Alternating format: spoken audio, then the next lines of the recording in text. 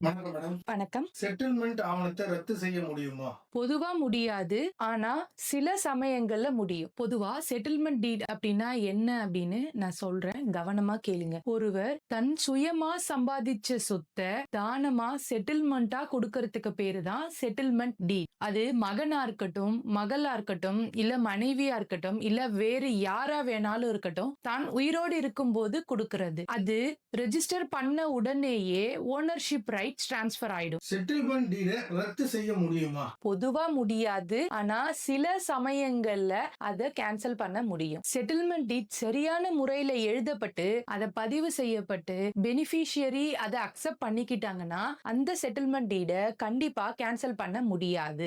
But சில சிச்சுவேஷன்ஸ்ல அத cancel பண்ண முடியும். அதுல ஃபர்ஸ்ட் என்னன்னா மோசடி, அதாவது ஃப்ராட் பண்ணி செட்டில்மெண்ட் டீட் செய்யறது. உங்களை ஏமாத்தி கையெழுத்து வாங்கியிருந்தா அல்லது உண்மையை மறைச்சி டாக்குமெண்ட் பண்ணிருந்தா கோர்ட் மூலம் நீங்க அந்த செட்டில்மெண்ட் டீட கேன்சல் பண்ணலாம். ரெண்டாவது என்னன்னா அழுத்தம் அல்லது மிரட்டல். வயதானவங்களை பயமுறுத்தி செட்டில்மெண்ட் எழுத வச்சிருந்தா, அப்படி இல்லைன்னா கட்டாயப்படுத்தி அவங்கள செட்டில்மெண்ட் எழுத வச்சிருந்தா அந்த டாக்குமெண்ட்டை கேன்சல் பண்ண சொல்லி வழக்கு தொடரலாம். தேர்ட் ஒன் என்னன்னா நிபந்தனைக்கு உட்பட்ட செட்டில்மெண்ட் டீட ரத்து செய்ய முடியும். அந்த நிபந்தனைகள் மீறப்படும் பட்சத்துல அந்த டாக்குமெண்ட்டை, அதாவது செட்டில்மெண்ட் டீட கேன்சல் பண்ண முடியும். அது என்னன்னா, என்னுடைய வாழ்நாள் முழுவதும் என்னை கவனிக்கணும் அப்படின்னும், என் வாழ்நாள் இருக்கும் வரைக்கும் அந்த சொத்துல எனக்கு உரிமை இருக்கு, அதாவது லைஃப் இன்ட்ரெஸ்ட் இருக்கு, என் வாழ்நாளுக்கு பிறகுதான் உங்களை அது சேரும் அப்படிங்கிற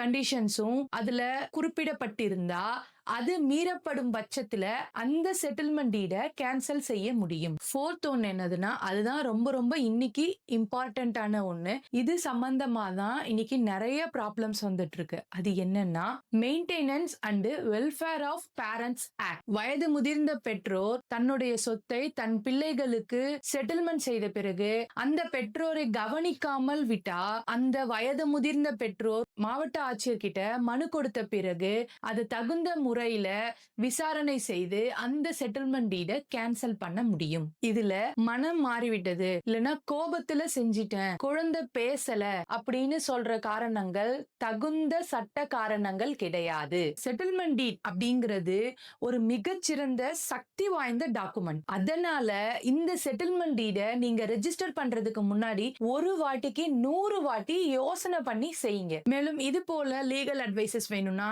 எங்களுடைய சேனலை ஃபாலோ பண்ணிக்கோங்க. தேங்க்யூ.